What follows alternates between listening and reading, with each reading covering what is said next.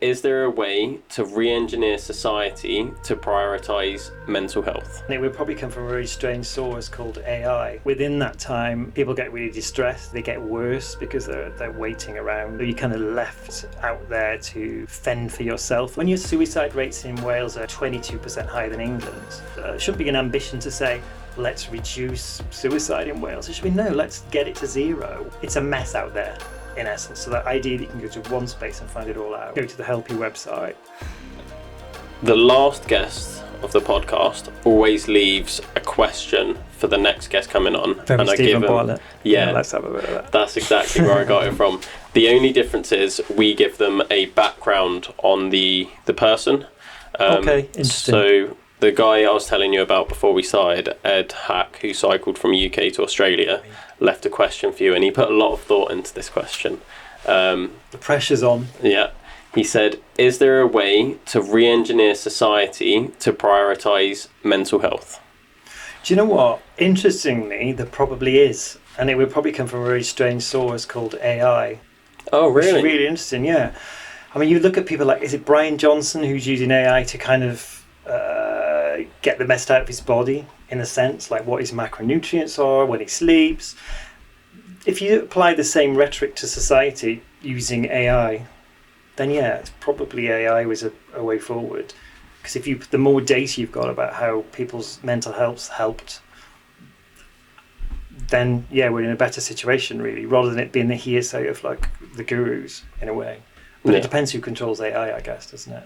Okay. Does that make sense? Yeah, that's so interesting. I think, yeah. I didn't expect you to say AI is going to be the solution, because everyone's going on about how AI is destroying the world. But yeah, but you think about it. You think about all those like publications on somewhere like PubMed, which publishes like data on medicine and science, for example.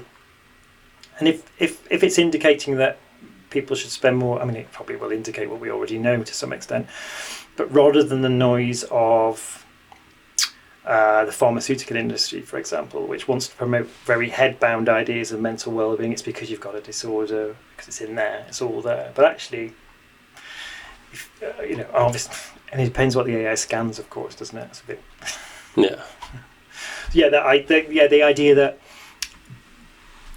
an intelligent general intelligence, an artificial general intelligence is more likely to find what the reality is. However, it depends who controls it. It sounds very conspiratorial, doesn't it? It's like Alex Jones or something. Oh, maybe. Not quite getting into that level of podcasting yet.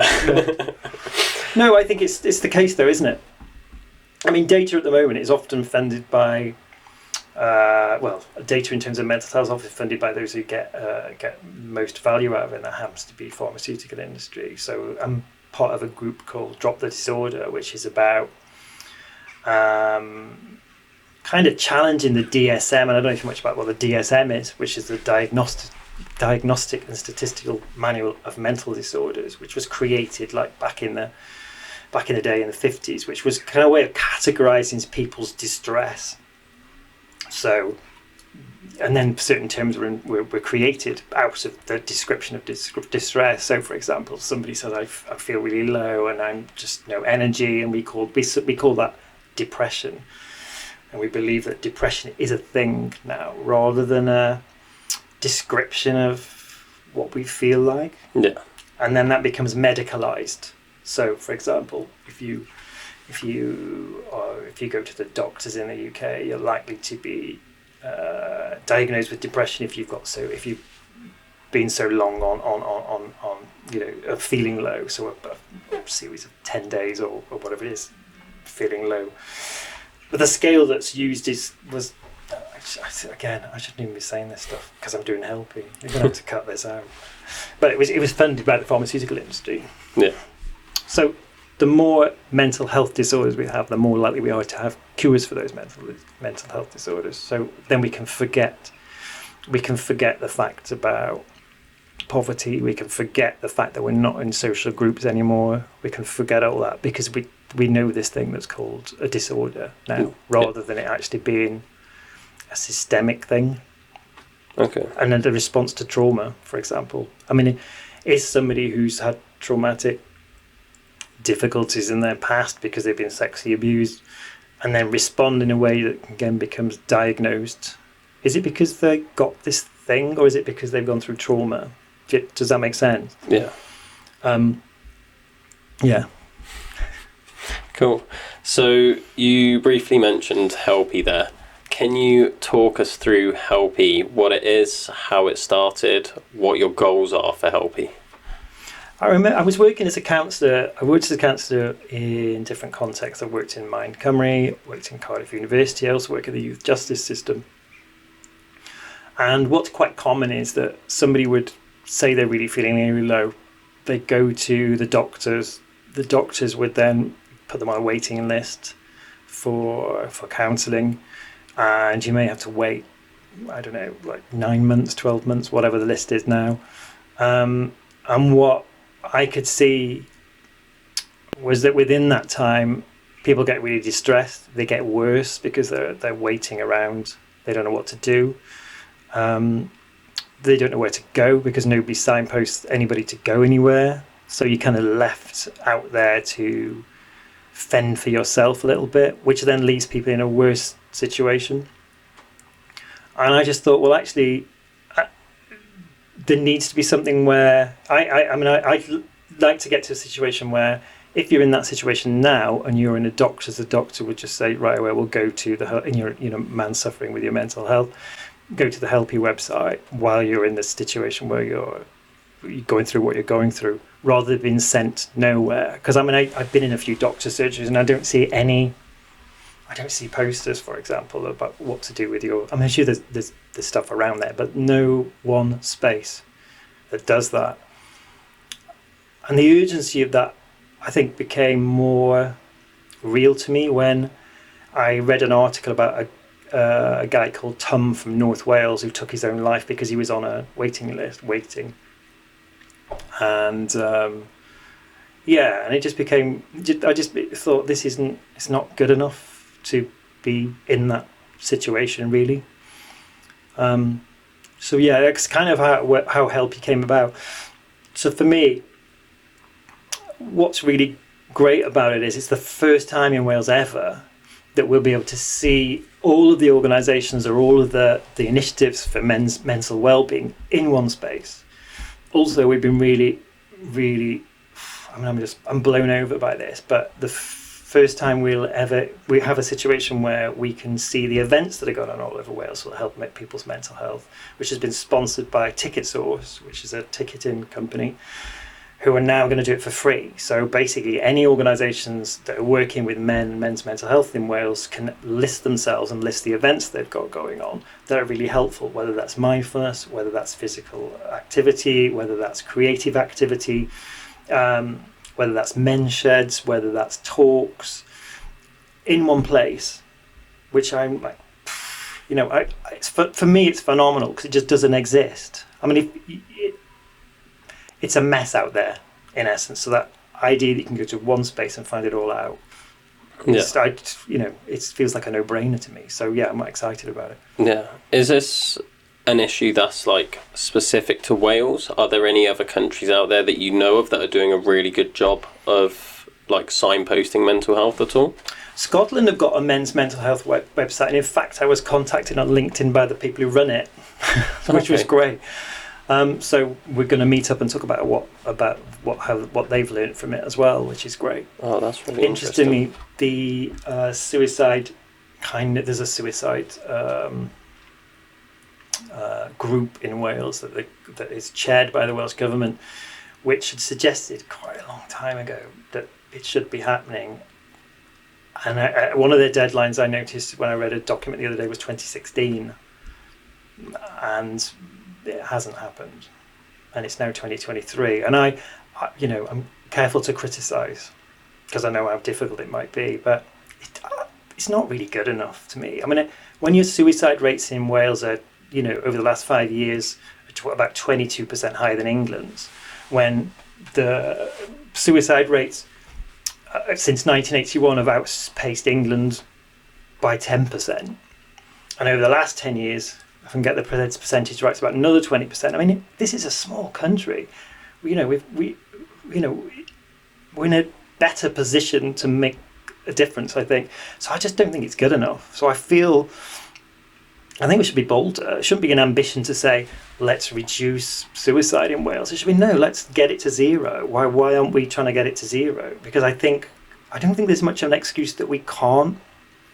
And maybe I'm being naive, but I don't care. Because I think it's possible, and I think we should at least attempt to do it. I remember when I started, people said, have you got funding? Have you got any funding? Have you got any funding? Everybody ever talked to us, have you got any funding? I went, no, I haven't got any funding.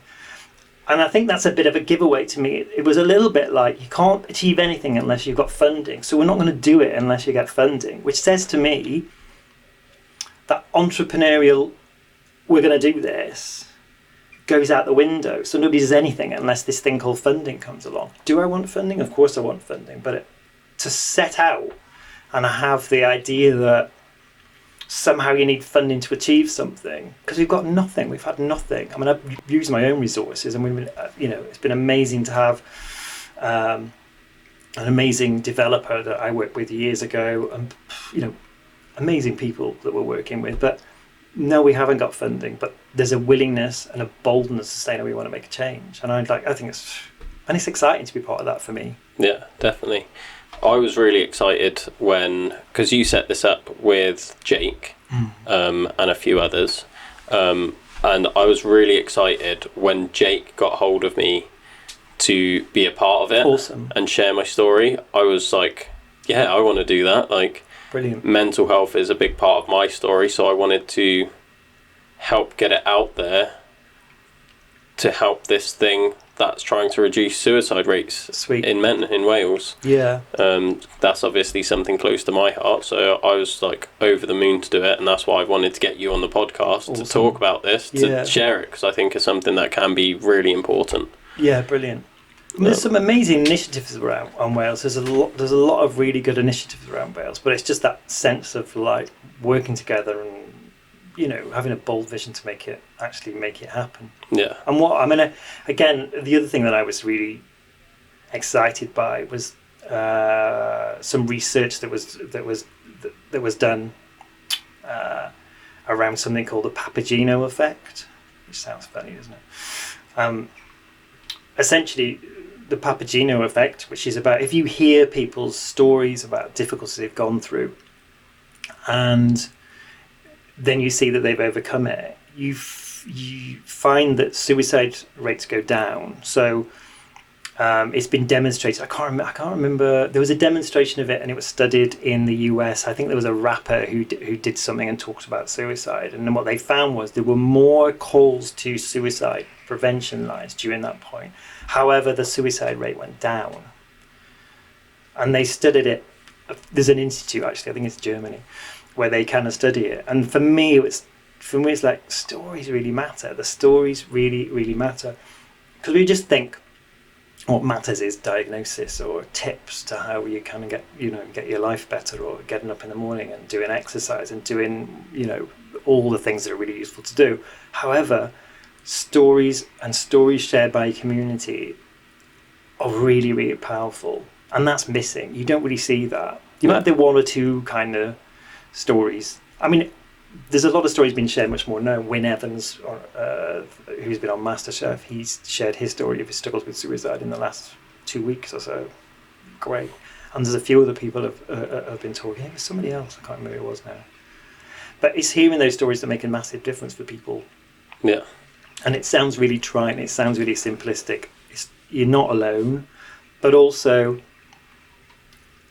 in a way, it's not just the stories themselves, it's what the stories create between people. Like, so if you then create deeper relationships with the people you share it with, if it's the right context, and therefore it has protective factors on whether you'd want to take your life.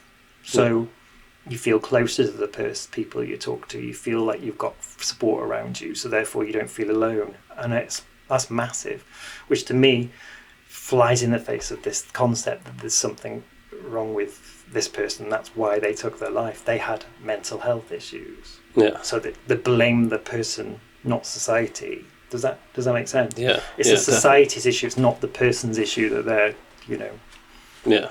I think stories are just like a part of being a human, really. Yeah, like you yeah. think back to like even cavemen doing cave paintings, Totally. and it's just them telling a story, and you look Yeah. back through history and it is just full of stories, and these stories have helped people. Like I'm not a religious person, so some people might get offended by me saying this, but for me, religion is a way of telling stories. Totally. And it's a way that people can change their life from Totally. looking at these stories. And I know for me, part of my story is when I was homeless and I got back from homelessness and I snapped my ankle, and I shared all of this on the Helpu site. So definitely go check it out if you're listening. And I spoke He's about... going through a bit of pain. I spoke about how I was suicidal, and something that got me out of that was this idea of following the story of Hercules. And I looked into the story of Hercules amazing. through Stoicism. Wow. And I was really inspired by the 12 labours of Hercules. And I set myself 12 challenges to get through, and not just help my own mental health out, but then so I could be in a better place to help others. And like that's what the underlying meaning of the whole 12 labours is being able to change yourself in order to change the world. So just having that story was something that helped pull me away from my suicidal thoughts and gave a lot more purpose to my life again. Thanks for sharing it as well. It's good. It's been doing really well. Yeah. I hope it's helping. Yeah, like I said, it's something I'm keen to get out and help with. So yeah. No, stories really matter. The stories we tell ourselves about our lives really matter as well. I mean, when I work with a modality of counselling and therapy called narrative therapy, and narrative therapy is literally about what you tell your stories that you tell yourself. What are they call them thick narratives. Like, so if you might have one's thick and thin narratives, and in a way, some of them are really useful narratives, and some are really not very useful narratives. So one narrative might be, somebody might say, "Oh, I don't know, I'm not very clever," and then over time that story gets thickened because they kind of don't do very well at exams. Oh, I'm obviously, and that's supported the story they're not very clever, and it gets bigger and bigger and bigger until they don't go to job interviews because they don't think they can do it, and they don't feel that they can have access to things because that narrative's been thickened and thickened so much. But then you might ask, in therapy, you might ask questions about, so you moved to this country and you had to learn another language. Like, tell me how that worked. Oh yeah, I just learned the language. People, I mean, I've had that before now. You're like, okay, but you've told me you're not very clever. So the thin narrative is it's thickening up those more positive narratives. So where can you find those really helpful narratives that are actually going to make somebody move forward? Or how the hell did you get through the sexual abuse you went through? Oh, I just did this and I did this and I just did this. And you begin to see people being more empowered by a different version of the story of themselves, rather than whether it's a victim story or whether it's a story of just that kind of, or a pathologizing narrative, which I see more and more of now, which is I've got this thing, therefore I can't do something. And that stories come from where? Stories come from views of mental health, for example.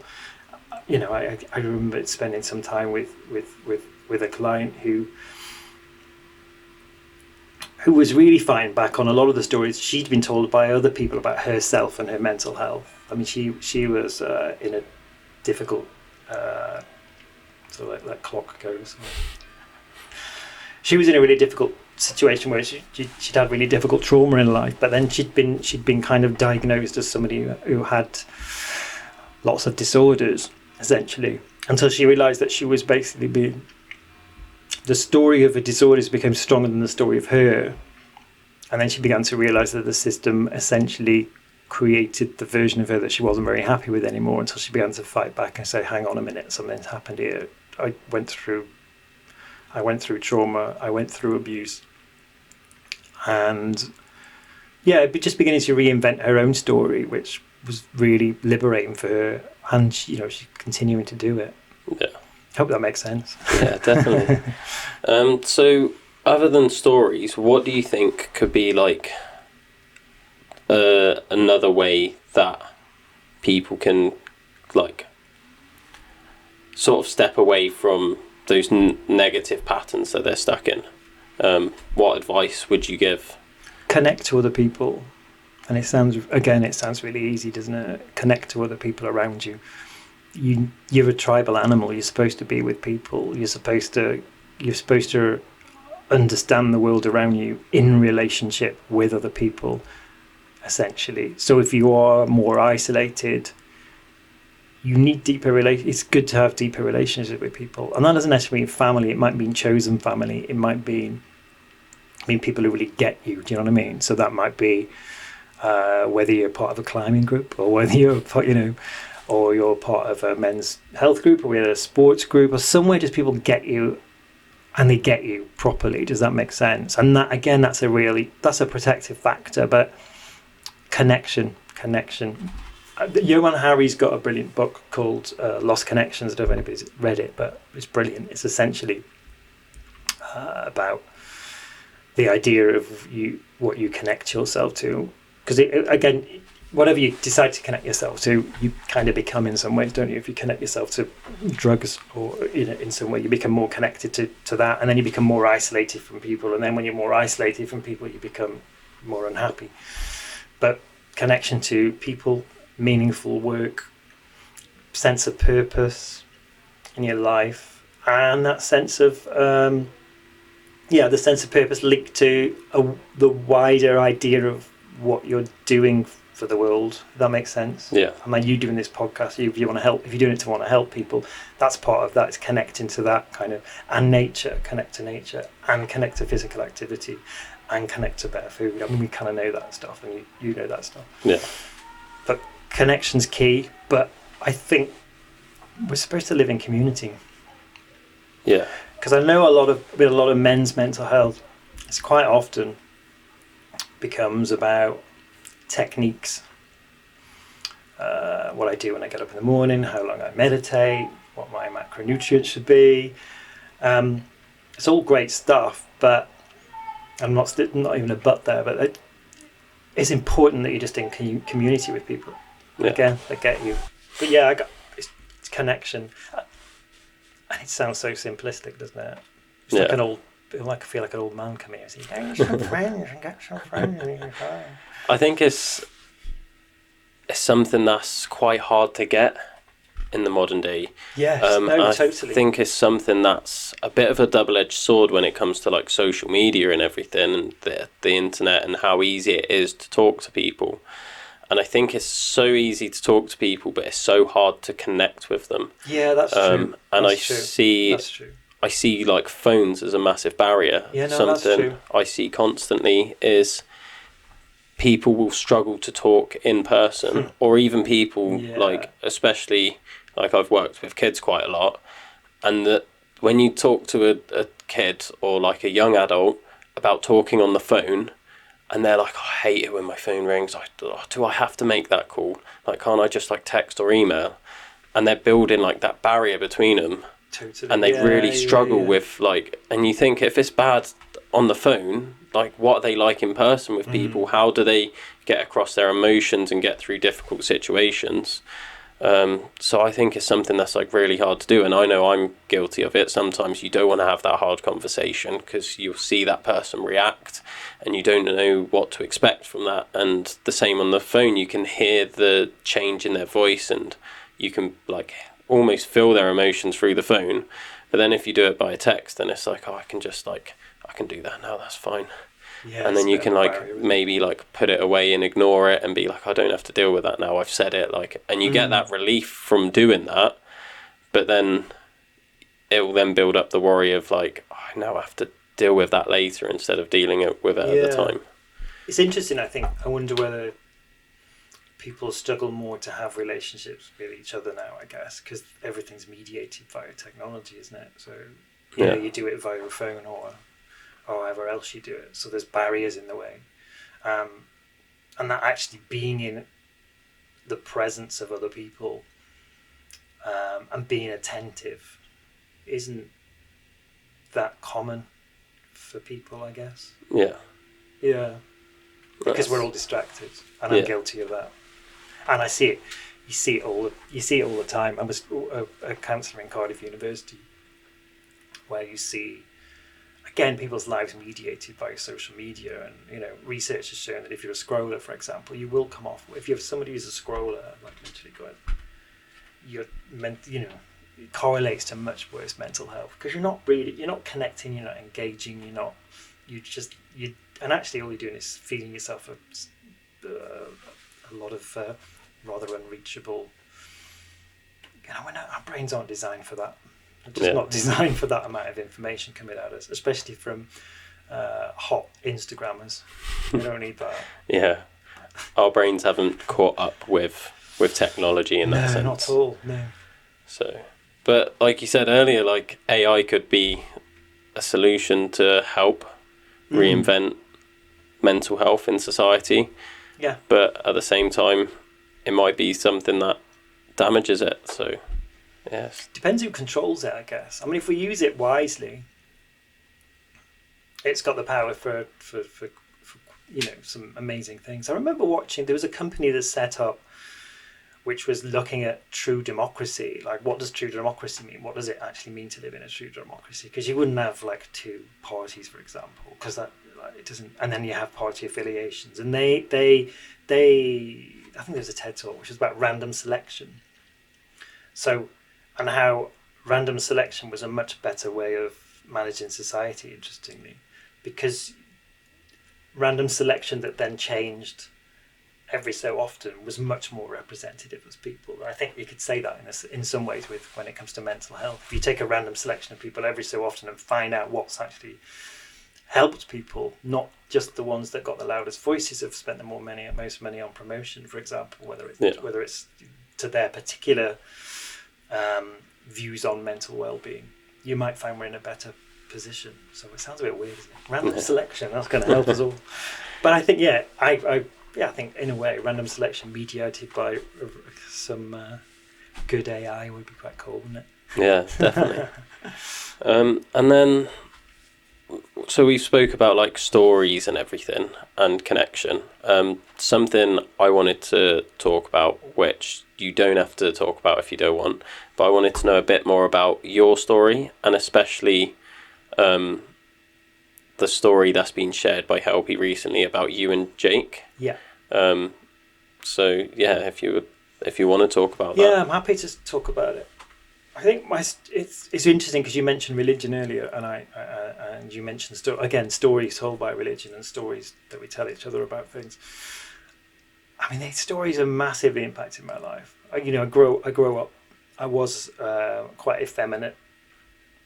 I was. They used to think I was a girl in school, so I remember going to the swimming pool and being given a pink swimming band because they just thought I was a girl. So of course, in myself, I'm like, there's something different. I'm really different. People relate to me in a different way, and I fought that because the stories being told at that point in time around what was like to be gay were like pretty negative ones. I grew up in the north of England, which was kind of, it was just hard going. This is like the 80s when, AIDS was an epidemic as well. So anybody associated with being gay was like, AIDS, get away from me. Yeah. So yeah, those stories impacted you as a person because you take them in. There's something wrong with me, particularly, and then I'm like, I don't want to be that thing. I don't want to be that. So I ended up in evangelical Christianity, where another story was, well, God loves you where you are. So that's, for me, it was kind of interest. That's another story, isn't it? Like, no matter where you're at, God really cares about you, kind of thing. And then I began to, in a way, explore that story, but that story wasn't very useful because then you had to change in order to, because it was wrong to be gay. And then I believed that you could change, strangely enough. So I went through reparative therapy, which is kind of like pray the gay away stuff. and it wasn't really working. It wasn't working at all. So I remember writing something in my like mid-20s or early 20s, which was the past is to be forgotten, the present to be tolerated, and the future to be feared. And here I was in a marriage because I thought, God's going to change everything, because the story was that it could, that God could do it. I wasn't in the right space at all. And then I began to just question the stories I've been told, and the stories where you could pray the gay away and you couldn't pray the gay away. And it actually took the night that I decided I was going to do it. My ex-wife Emma took me to. We ended up phoning up 999. Went to. We're told to go to I think it was like an outpatient clinic or whatever they call, mental health clinic, where I was sat in front of a psychiatrist who told me another story. He said, "It's okay to be gay. There's nothing really wrong with you." And it sounds trite, but that was everything. That's just the story I needed to hear. Even though you think I might have heard that story. I'd lived long enough to hear that story, but no, never really passed it. So that was just a massive turning point for me. So I then began to question the stories I've been told about what it means to be gay, and question the stories about what it meant to be, praying the gay away meant. And actually, weirdly, another story. Netflix have a documentary out, which was about Pray the Gay Away, which was actually about the same organisations that I'd been subject to, if you like, who then admitted, and this was, I don't think it was about 2 years ago, or maybe a year ago, they'd admitted they lied about the success of gay conversion. Okay. So the people who were leading it said were contrite, saying we'd lied about it. I'm ashamed of what I've done. And yeah, those stories meant people took their lives because they thought there was something wrong with them, and they believed the lies of these organisations that put them out. And I watched it. I think I did watch it about 2 years ago. It was really it was really powerful for me, because in your head something's wrong when you're younger, when you're being lied to. But then to recognise that the whole system was stacked against you, because there was links to getting a president into power. There was money exchanging hands in the south of America to the Bible Belt Christians who needed to be basically bought off. So you just think, how on earth has my version of me and my own story being impacted by American politics? And it was. There was lots and lots of money going around at that point in time. Yeah. Just to get a president in power, because they knew he could vote it. But that just meant that they just lied about, because they were getting lots of money, they just lied about what it meant for conversion therapy, that you could change people. And here I was, thousands of miles away, being really impacted by that story. Yeah. I'm going back to it again, aren't I? Stories matter. Really yeah. do. In both a positive and a negative way. Yeah, no, totally. Yeah. They're totally. just the very powerful thing, stories. Yeah, and no. Like you were saying earlier as well, about how suicide and suicide rates aren't like just a person problem. No. It's more of a societal thing. Totally, like you're breaking down how American politics could have caused so many suicides in the gay community. Definitely did, yeah. And it's crazy to think that one thing of just like, we want to pay out and get a president in power, just without that president even doing anything, just that process of trying to get the president in power is like causing so many suicides across the world. Yeah, well, I've never have ever made that link before. And then again, I have an issue sometimes when things are reported, when suicides are reported, it's often said, and I hate it, they still do it, in a sense they almost suggest that the person had mental health problems. So society takes no responsibility for it at all. It just says it's the person's fault. Yeah. Because they had mental health issues. And then everyone goes, oh, poor, yeah, they did have mental health issues. There was something wrong with them. Yeah, they were struggling. And then society washes their hands of it to some extent. Yeah. Does that make sense? Yeah, definitely. And I struggle with that. Yeah. And I guess, I guess when you think about the higher suicide rates in men in Wales and why that is, the figures suggest that it's men between the ages of 40 to 60, I think it is, that have the highest issues. And maybe potentially that's related to stories as well, which is related to employment and poverty and what it means if you don't have a job. So the stories we tell ourselves about people who are unemployed, for example, or who aren't educated. What kind of other stories could we be telling? What other kind of ways of telling, not just telling stories about that, but we live in that kind of, and I'm not a capitalist, but we live in that capitalist system where in a way you don't contribute, then you're worth nothing. And if somebody's going to feel that and then take their lives, then it's probably a societal reason that the person's taking their life, and we should all take responsibility. We should all take responsibility for it. Does that make sense? Yeah, definitely. It's making me wonder what could have caused me to feel suicidal. To be honest, because obviously I had the whole stint of being homeless, and then I broke my ankle, and there was just something there that made me feel like I wasn't doing enough, and that I couldn't be enough, and that everything was just getting too hard. And it's making me wonder what made me feel like that. What was, because they're all obviously very personal things, but like you're saying, that's a story I'm telling myself. What's driving that narrative? Yeah. So it's quite interesting to think about and reflect on. Something that I've never really reflected on before. So if I was to turn the mic back to you and ask what you think it was, what's your thoughts on that? I'm not even sure, to be honest. I don't really know, because I'd always thought of myself as quite resilient and mentally tough, and I'd been in pretty good shape before I broke my ankle. I was pre-COVID, I'd run an ultra marathon without training. I'd competed in a strongman competition literally a month before that.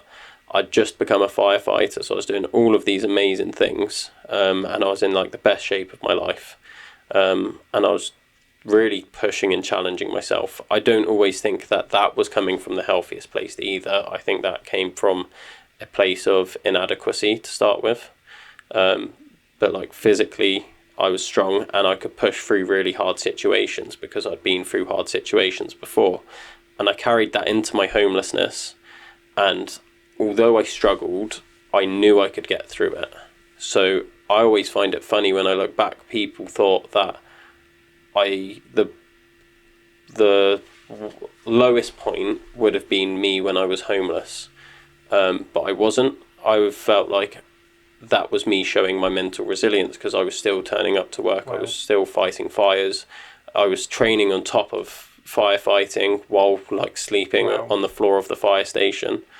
And it was only when I found a place and then I snapped my ankle, I broke my ankle in half. I was non-weight bearing for 6 months in the middle of a pandemic, so I couldn't go out, I couldn't see anyone, and I was isolated to my flat. I lived on my own, and again, people thought that was the time that when I tell my story, they'd think that's when he would have been suicidal and at his lowest. But it wasn't, because again, I was training and I was pushing through, and I was I've got this thing. I've been trying to teach people about resilience and mental fortitude and all of that. This is my time to demonstrate it. And it was only after that I recovered that I started going into that downward spiral. When I was out of my cast and I was trying to learn to run again, and I realised how far back my physicality had been pushed back from just 6 months of non-weight bearing, and how much work I had ahead of me. That was when it really hit me. And yeah, it would have been really not long after I got out of the cast that I was at my very lowest point, and I was contemplating suicide and all of that. And a lot of people don't actually know about that, so the first time I'm really talking about it. And then it was the next 2 years really where I didn't see myself coming out of that. it was only until probably about this time last year that I realised that I hadn't had any suicidal thoughts in like a few months. And although that doesn't sound like a lot, like that was the point where I realised that my mental health was getting better again. Yeah. And you think over the period of 2 years of having suicidal thoughts, like almost weekly for those 2 years, like that's quite a lot to deal with. Not that I was acting on them, but thinking like, that is there, that is an option. Yeah. I think it can become pathologized a little bit too much as well. I mean, suicidal thoughts become pathologized. I remember my really amazing supervisor in Cardiff University said, it was the first time I'd actually heard it, just talking to her about the people we were working with. So yeah, lots of people have suicidal thoughts. And and it felt like a throwaway comment, but yeah, I mean, for a lot of people, a lot of people don't at all, but a lot of people do as well. But why wouldn't it? The idea that it can be an option, and why wouldn't it seem like an option? Especially if you've got your head screwed on and you're going, well, actually, life's not working out. This is difficult. I'm not seeing a way forward. Then why wouldn't it be something that's going to go through your head? Isn't it just sensible? Like, does that make sense? But it's a signal for your body. It's a signal for change, isn't it? And that's the interesting stuff about anything, like whether it's depression, whether it's suicidal thoughts, it's generally an amazing signal. It's just something needs to change. And if anything comes out of this podcast, even, the idea that if you do have suicidal thoughts, it's generally a signal that something needs to change. And by starting to connect with other people, for me, it's just the first step in making those changes. Does that make sense? Yeah. Something that I related to quite a lot, which I saw recently, it was a Jordan Peterson clip where he was saying, and this is something I've struggled with a lot, is when I say how I feel to people, almost along the same lines of like about suicidal thoughts just being like something that other people think about, and then it's just like, yeah, other people think about it, you're fine sort of thing, is when I would say like, I don't feel like I'm enough, and like saying that to people, or like giving across that impression, or that I'm too harsh on myself, and then people turning around and being like, oh no, you're fine as you are, and like that being like a big piece of advice, kind of. And it's like, you're fine as you are, you just need to learn how to accept yourself. And I thought, like, thinking back to that, I think that's a really damaging thing to say, and seeing that as like, if I'm feeling like this and I don't feel okay with myself... And you're not fine with yourself, so people should at least connect with you and try to understand why you're not fine with yourself. Yeah. But also just, like, not telling people that they're fine with themselves, because if this is how I feel, and this is a normal... Like, you're saying, like, it's fine to feel like that, it doesn't feel fine. Like, if it gets to the point where you're feeling suicidal...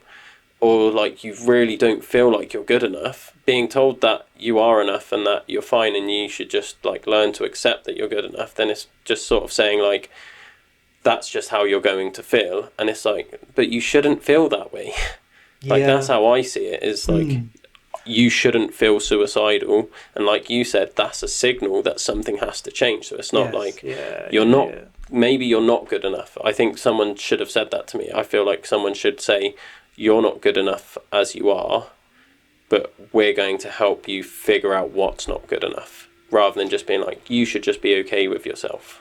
And it's taking it out of the idea that it's like externalizing it, because there's no, the idea that you're not good enough I'd struggle with. The idea that something in your life and how you're relating to the world isn't good enough is a bit different to saying you're not. I mean, the idea that it's inside you somehow, it's not that helpful. I mean, in narrative therapy, you call it externalizing the problem. It's not, you're not the problem's the problem. And that's really important, I think. Yeah. You're not the problem. The problem's the problem. So what is the problem? Let's fix the problem, not fix you. Yeah. And again, that's why I have a real issue with the medicalization of mental health, because it tends to say that you have that thing. And there's a massive box saying this is what you've got, you own it. And the problem's the problem, not the person. Does that make sense? Yeah. It's not you that's the problem, it's the problem. So let's talk about what is the problem, like, and separate the person from the problem. Like, the problem is you feel suicidal, so we look at like why that would be. And yet sometimes it's normal, but prolonged periods of it, then obviously there's something needs changing. And that's the good thing about having connection with people who really care about you, because they really want to make a difference to you. And if you're in a situation where you're feeling shit, then surely those people who really care about you, and we all societally want to help that person get to a better space. Yeah. That's why you can learn a lot from kind of tribal societies, I think, and how they deal with, because often in tribal societies the idea that there's ownership, for example, if people have children, it's the children of the tribe, so therefore everybody cares for that child. It's not like, oh, that's their problem, that's their child, they should deal with it. It's all our problems. And I think we've kind of got away from that, I think, because then we do say, yeah, that that's not our problem, they've got mental health issues, they need to sort their head out, rather than, oh shit, there's somebody in our tribe, there's somebody part of us that feels suicidal. What can we do as a group to kind of create a better space for that person? Yeah. Does that?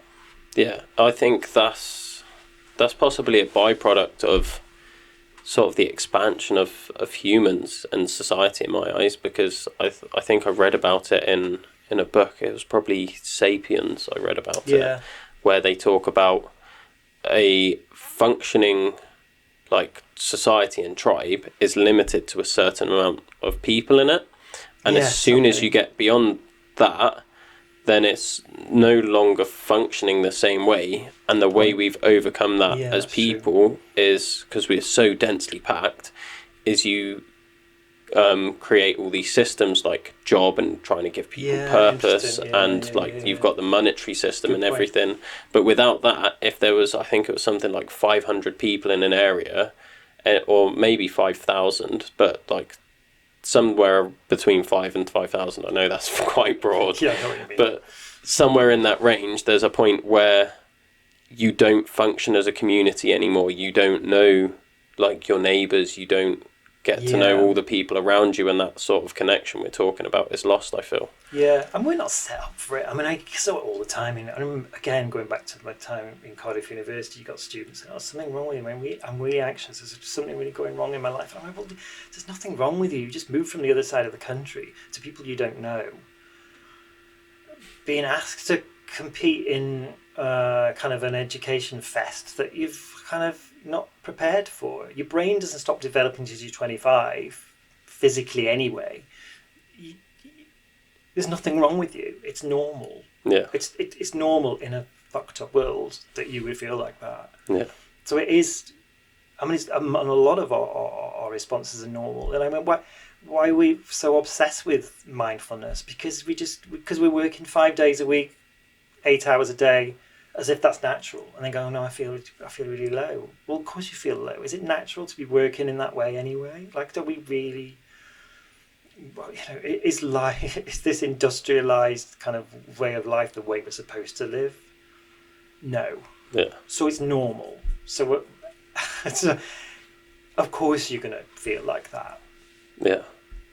I think that's something that definitely like makes sense when you think about how the sort of like mental health issues you see, they've been on a rise since like society's expanding, and like there's been so much change, and the way we live has changed totally. And like you're saying, we're just trying to respond to it, and this is the natural response, is people are going to struggle and find it hard to adapt. But again, it's really hard to talk about this stuff because I'm not pathologizing people. I'm not down on medical intervention, but I think the medicalization of mental well-being is just a mess. It's just a complete and utter mess. It's not, everything's not head-bound. Certain things I can't even talk about because they're really difficult, I think, for I can't talk about them. That's fair. It's things I'm an off camera. I could say like things like CBT, for example, which is all kind of like, you do the thing that I'm going to tell you to do. This system works because NICE have approved it. And if you're not improving, then there's nothing wrong with the system. It's your fault. You're not compliant, or you've not been compliant enough. You just think, for fuck's sake, you know, it's not. It's a method and there's a technique. But there's no point doing CBT every morning if you've no fucking friends. Yeah. What's the point? Do you know what I mean? It's treating the symptom and not the cause. Yeah, but what happens is people then engage with therapy and engage with something like that, and it doesn't work, and then I don't really like therapy very much, and I feel shit. Yeah, that was something I really struggled with. I really struggled. I've been to probably 7 different therapists now. Yeah, no, I can imagine. And I really struggled with therapy. Yeah, no, I can imagine. Yeah. And it was only the last time that I went to therapy, like I was clutching at straws. That was probably when I was at my lowest. At the end of that 2-year period, I was getting it through the fire service. And I've got nothing but respect for the support the fire service gave me. It was incredible. And it was that therapist that they sent me to, which was the one that clicked with me. Okay, and sweet. Really started giving me like good advice and actionable advice that I could use in my life. Brilliant. And that was something. What really helped you then from that? Just the way that they were speaking to me and really truly understanding my problems, and not just like I'll tell this story. The first time I went to therapy, I was very like emotionally unaware, I like to say. Like I was really trying to understand myself, and I didn't understand myself. And the only reason why I went to therapy is because one of my friends, it got to the point where he said he felt unsafe being around me because I was so unpredictable, because I would go through these anger spurts, and I would go through these like suicidal thoughts, and then other times I'd be like the opposite, and I'd be really happy and hyperactive, and I was all over the place.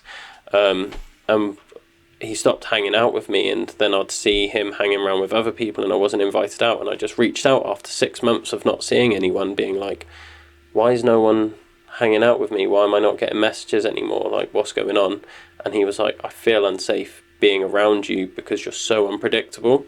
And then I was like, maybe that, and this is probably where it starts. I was like, maybe there is something wrong with me. I think that's where the story started. And that's where things sort of got worse in a way. And I went to therapy for the first time. I was going through the NHS and everything, and I was building up all these defensive mechanisms because I didn't know how to talk about my emotions and everything. And I had suicidal thoughts before, and I know that I was going through a rough time. And I remember one of the things the therapist saying, like, they were like, oh, have you ever had suicidal thoughts? And I was like, yeah, all the time, sort of like trying to make a passing comment out of it because I didn't feel comfortable. Yeah. And they were like, oh, well, how would you do it? And I was making like jokes about it. Okay. And then they wouldn't just see that as like, it's a defensive mechanism, we need to get around this. They were taking it like dead seriously. And I couldn't feel that connection because I was like trying to have a laugh and everything, and they were being so like serious about it all that I didn't feel like I could talk about it, because it was just making me more withdrawn, because I was trying to like make light of the situation so I didn't feel so bad about it. Okay. And they were just like, no, like, you need to stop joking. The better thing would be like, I mean, did they ask you questions related to why you were laughing about it, for example? No, okay, because even that would have been a start, I guess. Yeah, they were just like taking it as if I'd said it like dead serious. Oh. Like they could see that I was like smiling and laughing about it, and they weren't like, oh, is this like a joke? Like, it's probably a symptom of people never talking about suicide. Yeah. Do you know what I mean? I mean, if that person's not exposed to people talking about it, and if they are talking about it, I mean, what quite happens quite often in those kind of settings is that if you say how you tried to do it, they're probably just panicking, because they've got to, after they go out their room, they've got to write up in your notes that you, and then they've got to report it to a supervisor, and then they've got to go through the the problem of doing the paperwork. Yeah. To be fair, Yeah. I've been on the other end of it, so I kind of know what that's like. Yeah. Do you know what I mean? So from them, it's like, because obviously the contract with a therapist is that, if you're at risk to other people or yourself, then I have to kind of go to the supervisor and I have to report it, Yeah. whatever it happens to be. And that's like scary for some people, I guess. Yeah. And I think So it they was probably also, at the time, it was still very taboo to be talking about suicide and stuff. Because we're talking about maybe like 10 years ago this was. Okay. So it wasn't as openly discussed as it is now. But then, like my last therapist was very much like, oh, I can see what you're doing, like, and would be like, oh, I can see you're not comfortable, let's talk about this other thing. And then they'd give me different techniques of like, oh, like I noticed you was like struggling to talk about that. If you want to like try journaling out, and like that's something that's helped me. And they would like talking to me on like a more human level rather than just being like sitting back like pen and paper, like taking notes on me as if I'm a sort of science experiment. There is a bit of like delivering therapy, and I don't really like that because it's not without that sense of being with another human being. There's just no point. Otherwise, you're just delivering like a technique to some, just like delivering therapy because, it's not. Yeah, a lot of people have experienced that in therapy, I think. Yeah. Or maybe they've experienced it with me as well. But I was so lucky to have studied at the Family Institute, which was like a systemic, which the Family Institute was established like 50 years ago. It was just a different way of looking at the world and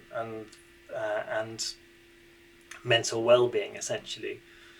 From some ideas from people in Australia, Michael White and somebody else. I can't remember the names. I should know that. But it was basically looking at the world in a very different way and our relationship, because systemic thinking is about relation. It's all relational. It's completely relational. How do you relate to stories? How do you relate to people?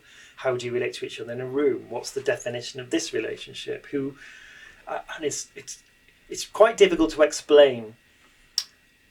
But when you begin to see all our life as relational, you can't just say it's here anymore. But a lot of therapy and a lot of mental well-being is becoming much more siloed into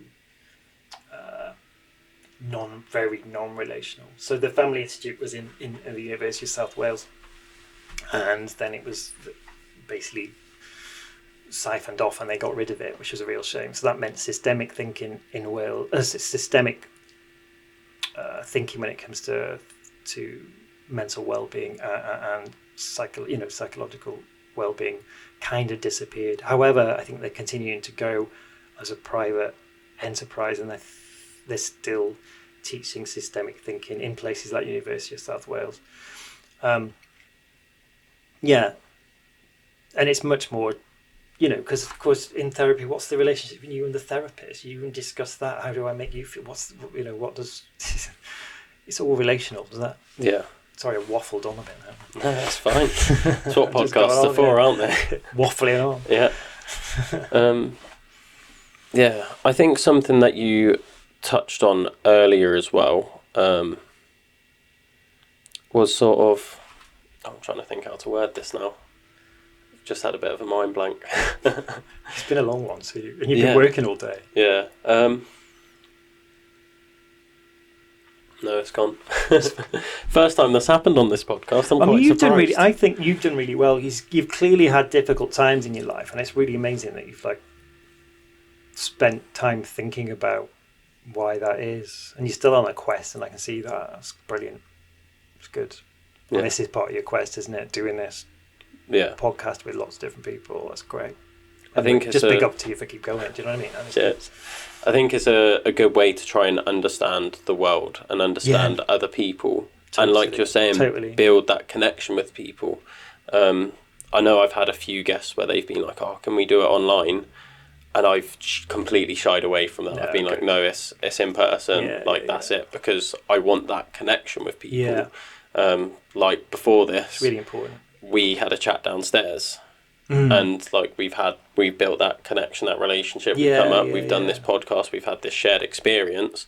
Whereas if it was online, it would have been like, oh, right, join me on this Zoom link, right, click. Okay, we've got an hour, timer started, recording. It's not the same at all. No. I was supposed to do therapy during with clients during COVID on Zoom, and I hated it. I hated every minute of it.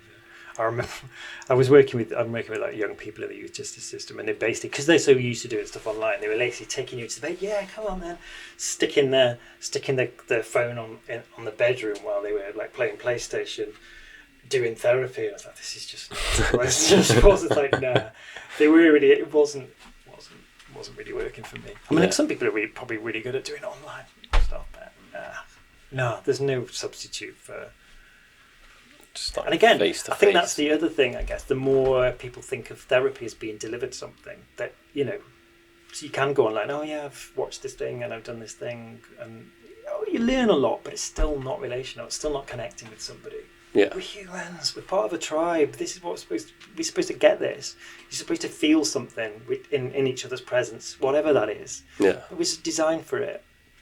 Yeah, definitely. I think it's something that I really see in coaching as well, is that building of relationships. But I think a lot of coaches take it for granted, and it's very much like, no, I'm here to do this thing, and like outside of that, I don't want a part of it.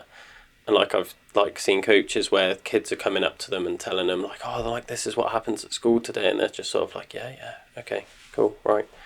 Now we're doing this. And then I'm sort of there and I'm like, no, I want to hear about it, and I'm asking questions, and I want to build that relationship with them. And it gets to the point where that relationship is really what I see them being there for. Yeah, like, not just with me, but with everyone. Like they're in groups, they're trying to build that group dynamic up. They're trying to like learn how to function in this like miniature society almost, because you're like blocked off in this building. And there's lots of different people, and you're dealing with lots of different people. Whereas, like you said, through Zoom, you don't get that. You're just numbers on a screen, essentially. It's great you recognise that, because it's all about relationship. It's all about relationship. I think that was something that really helped me, and I think that's something that my therapist really got out of me, and that's why I started the climbing club, Monday Club, that I was telling you about, that Jake came to and Sam was part of and everything. It was only after being part of that for a while that's when I looked back and I was thinking like, oh, I haven't had those negative thoughts. Like I've been like, and I felt that's what I was missing, was that group connection, because I had I'd met people at work, I was still coaching and everything, but I didn't have that. These people are like the same as me. We want to do the same things. We want to learn the same things. We want to push each other. I didn't have any of that connection, and then having like Sam and Jake and all the other boys that came to it was like something I really needed at the time. I was part of a men's mental health group in Cardiff, which is really good, where it's just a peer support group. There's no magic happening. It's just the fact that a lot of men sit in a room and have talked about how they're feeling, and I've never. It's only like a few months ago. I've never been in that space before. It's huge for me to see people sitting in a space and doing that. And actually, people are really, really, lives are absolutely changed just by. And it's not that they're talking like, depression all day long or whatever. They're talking about football or whatever. They're talking about anything. But it made a massive difference in people's lives. It's just that. Yeah. Some people are like absolutely looking forward to going there on a Monday, and that's why the Andy's Man Clubs of this world. And it's a funny name, that one. Andy's Man Clubs, the Marauders in Wales. Let's Talk About Mental Health group based in the Rhondda. Men's sheds everywhere, all over Wales. They're brilliant. They're really good. You've got Men Talk Walk. They're very local to this area. So hopefully we're actually going to be getting the guy that runs that on the podcast too. Good. And then you've got like Stand Tall Wales as well. Yes. The weightlifting group. So all right, brilliant. We've got them coming on as well. They're coming on in a couple of weeks, so that'll be a nice one. It's good to be getting more mental health stuff out there in the world, I think. But something I'm noticing with that as well is, like we're saying about the communities and stuff is it doesn't matter what the thing is. No. It's whether it's walking or weightlifting or Totally. Yeah. like just sitting down and talking. Yeah. Like it's all beneficial, and I don't think people are really understanding. Like I think a lot of people think like, oh, like they found their thing in like weightlifting and that's why they're going and that's what's improving them. And it's like, no, just go in and being a part of a thing. Yeah, that's right. Like it doesn't matter what the thing is, just go and be a part of something. It's interesting what you said something earlier where you said when you were striving towards something, you didn't have the suicidal thoughts. I think that's what you said anyway. But it was actually one when you'd almost either achieved the thing or you were in a downtime that they began to come back again. Is that right? Yeah. But actually, just that idea of like working towards something, and especially when you're doing it with other people, that's the thing. Yeah. So you're working towards whatever it is, climbing or getting better at something or whatever, working towards an event or music because you're working towards a concert, whatever it happens to be. Yeah. It's really good.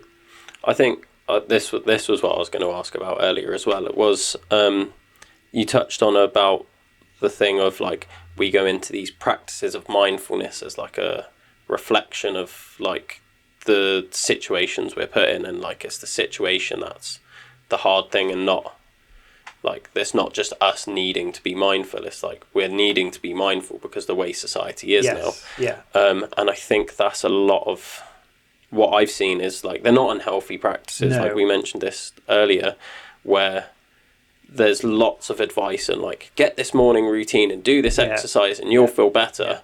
Yeah. And as much as I love that advice, I don't think it's just that. I don't think that's solving the problem. No. I think it's like masking it, and it might help people get to the point where they can then go and solve the problem.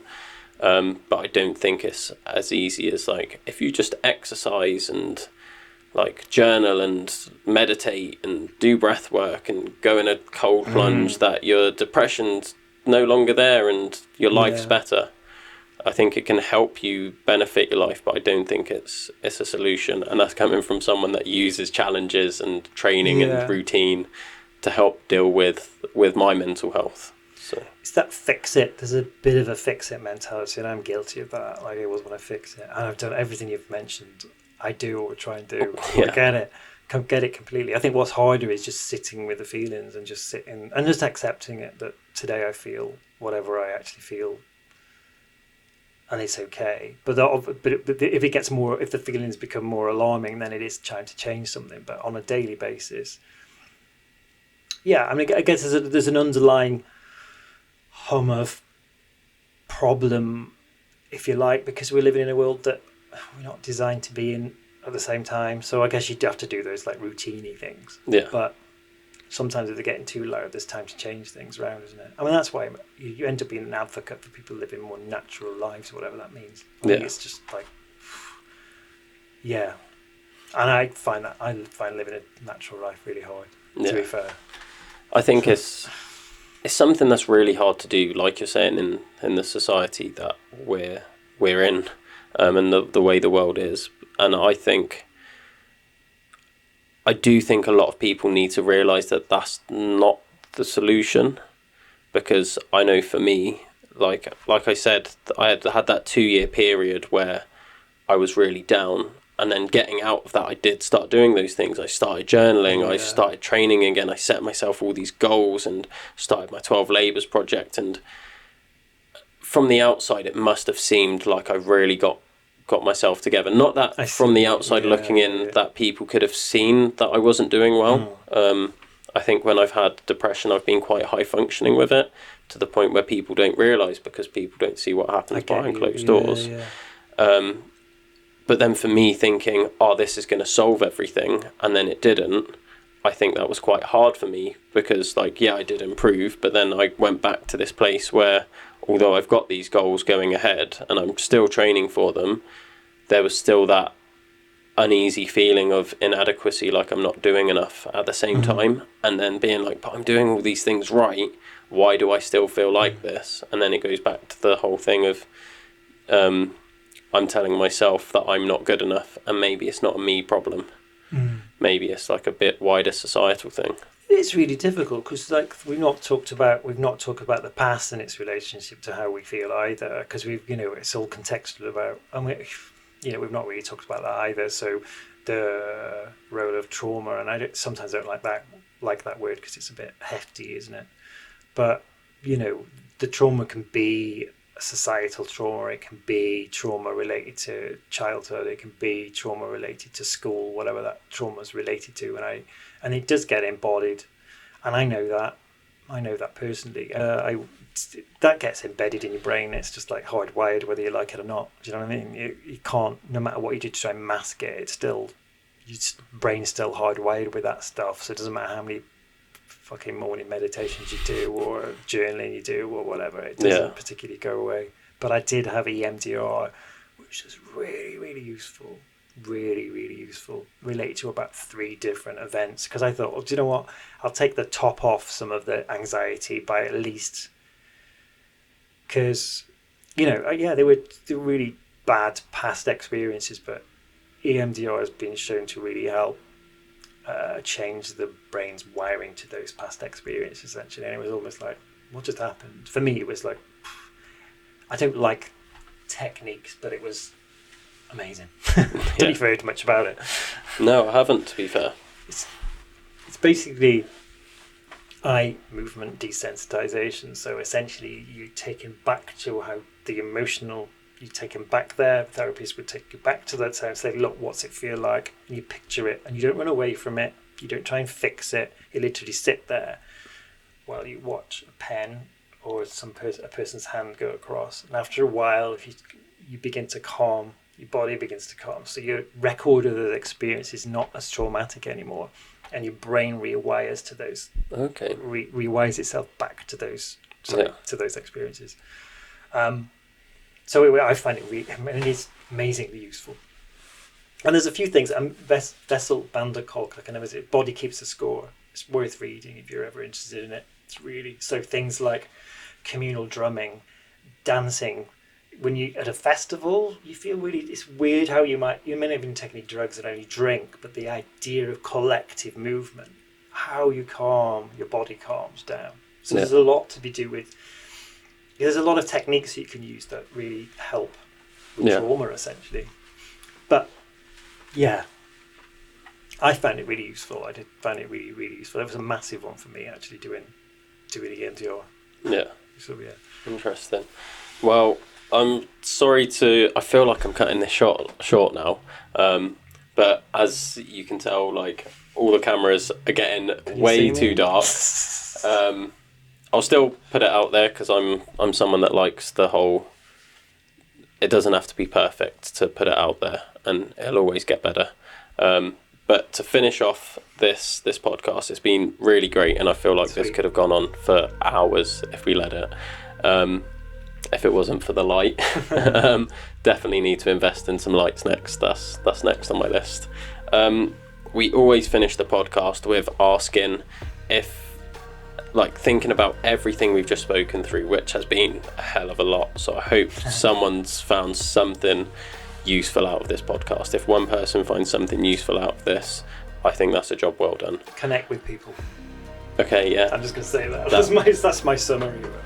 Yeah. So just the one piece of advice, is that what it would be? Connect with people, yeah. Just connect with people around you. Don't isolate yourself, and find your tribe.